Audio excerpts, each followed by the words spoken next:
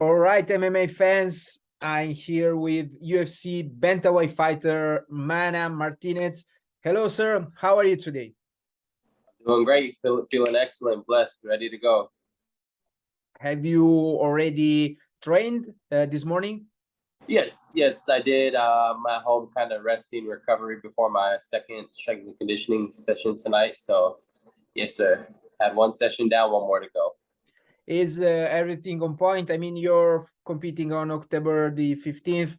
How are things going? Everything's on point. Everything's coming together. I'm feeling, it all honing in, and I can't wait to showcase everything I've been working on in about a week or so. And I'm pretty sure you are really, you're very waiting to fighting and competing. Right now you're coming off a unanimous decision loss to Ronnie Lawrence. I mean, let's start with that. What happened on that occasion? Nothing specific happened. I've talked about it before. Ronnie came out with an excellent game plan.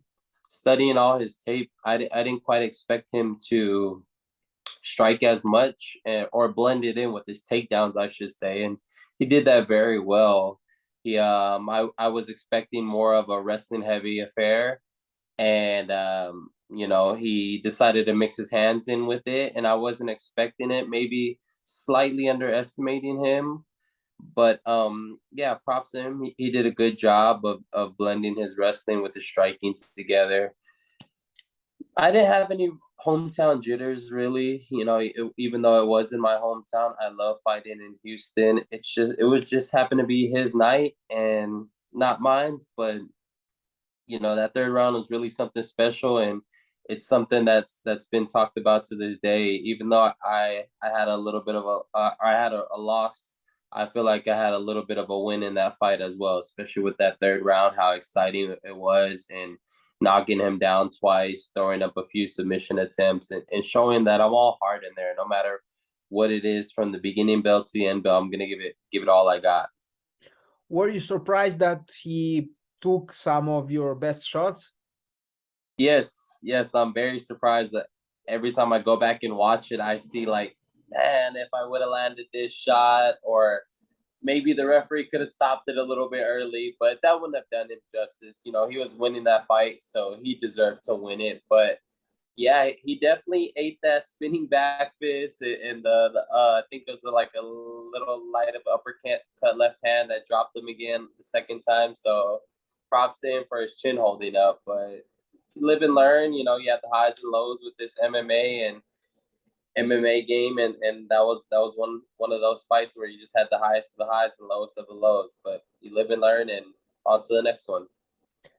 Live and learn. You said it. What's the biggest lesson you took away from that occasion?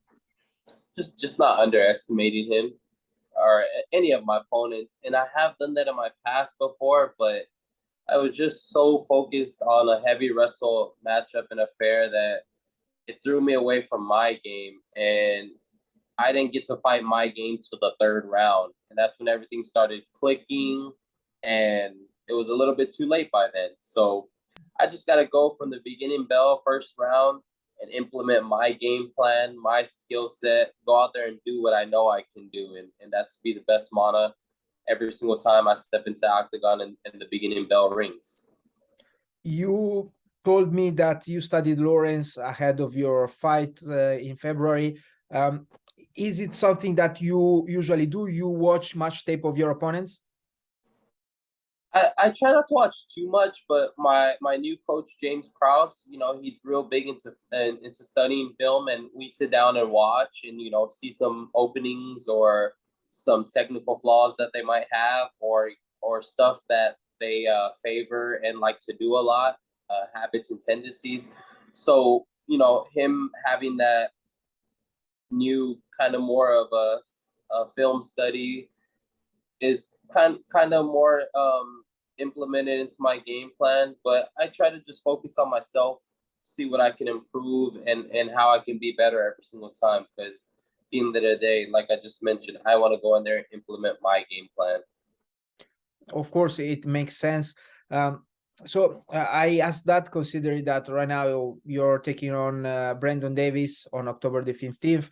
I don't wish, to ask you about your game plan unless you want to mention it, of course. But I would like to ask you, what do you expect from this fight? I expect a fight.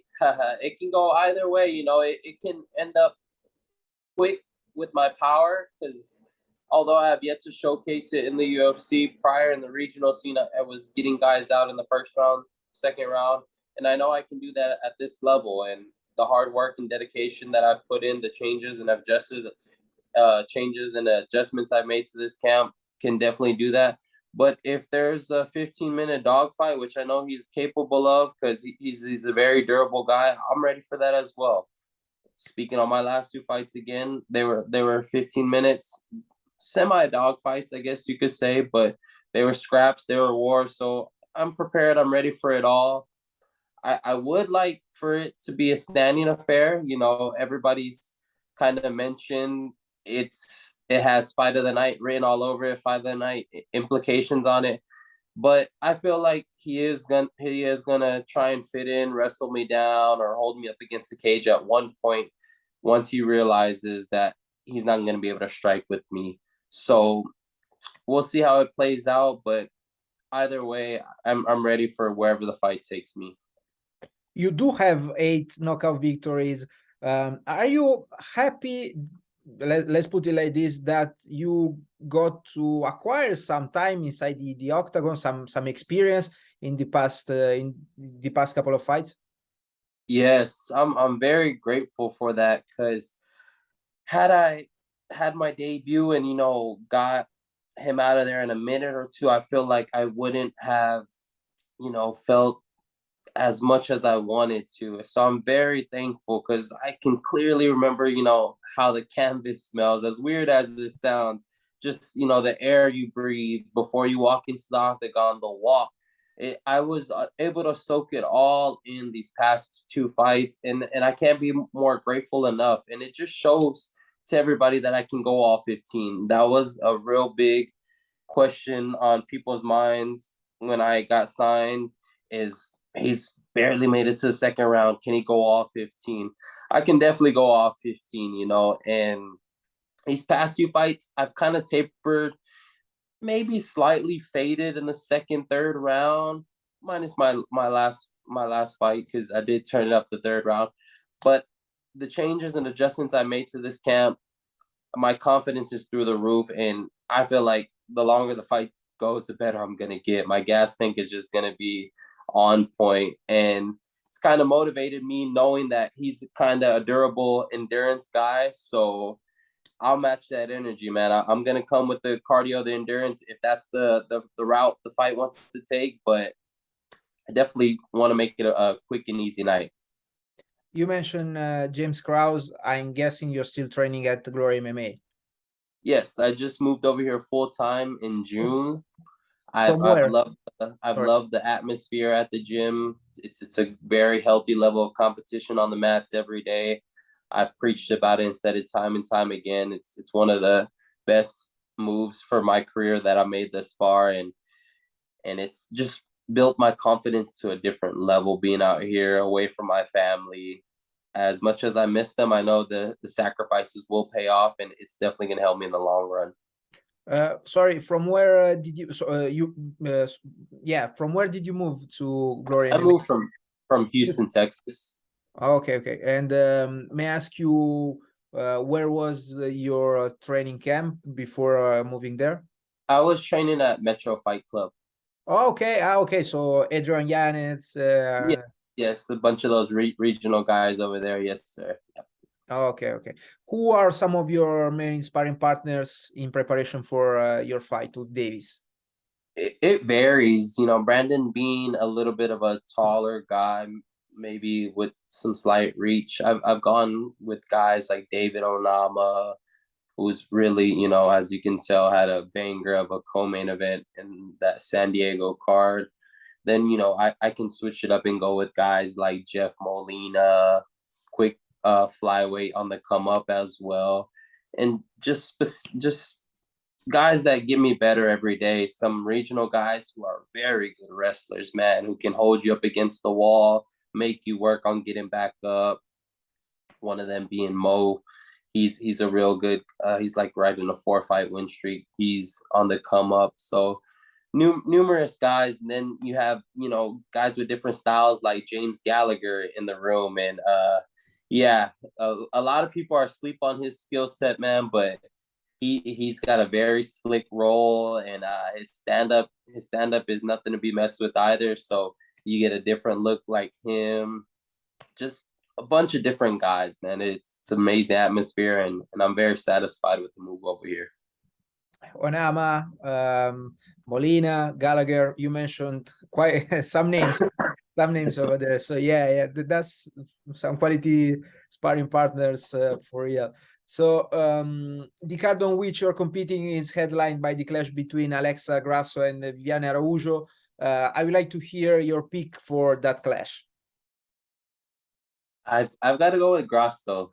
A lot of people don't know, but I am Hispanic, half Hispanic. My father, from my father's side, last name Martinez. She's got the big, Hispanic heritage going for her. So I'm gonna pull for her. It was, kind of cool seeing that women's main event getting bumped up because of Sean Strickland and Cannonier falling out. But that's the name of the game. It's the next person up, and Grasso has been on a hot streak, so she can definitely be within title contentions if she wins this fight. So I'll definitely lean her way. So listen, we discussed about your fighting style, about your opponent's fighting style, but I would like to be straightforward here. Can we expect a knockout coming from you? That's the plan.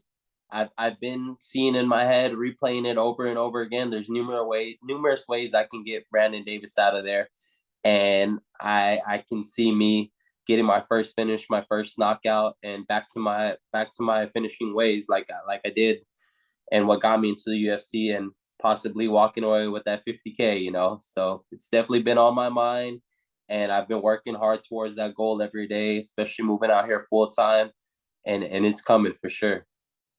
Fingers crossed, of course. I would like to know, before letting you go, your walkout song. What is it that you like to hear to get pumped up for your fight? It varies. Sometimes I'll be feeling some Houston music. Houston's got a big culture, and I like to represent. Even though I moved out of here to Missouri full time, I still love hearing some Houston music. But this time, I'm not sure. Growing up, Lil Wayne was one of my favorite rappers, and I haven't walked out to one of his songs, so I'm kind of thinking of a Lil Wayne song, maybe leaning towards that. But yeah, so Lil Wayne, maybe even some Kodak. I love Kodak, Lil Baby, bunch of hot artists, rappers, and we'll see what I walk out to. I haven't quite yet set my mind to something, but those are a few of the artists that I lean towards, and music that I like getting hyped to. Yeah, for sure. I like Lil Wayne, actually. I listened to him growing up as well. Right, he's an OG, man. You got to respect him. He's the GOAT, if you ask me. I believe The Game was one of my favorite songs at the time. Yeah, I was a teenager, but still. My Life. I know exactly what song you're talking about. I've been grinding. Yeah, My Life. Yes, sir. That's a good song. Mena, I finished my questions. Do you have any last messages you would like to share with us today? Just tune in October 15th. I've made tremendous amount of adjustments in this camp, and I can only speak on it so much, but my actions will definitely speak louder than my words. And I can't wait for everybody to put the whole bantamweight division on notice. It's going to be an amazing night. All my hard work, every single one of my skill sets might be on display that night. So tune in, and you definitely don't want to miss it. Again, thank you very much for giving us a little bit of your time today. Best of luck with your upcoming fight, and hopefully I will hear again from you in the future, man. I appreciate it. Thank you so much, my man. Have a nice day. Bye-bye.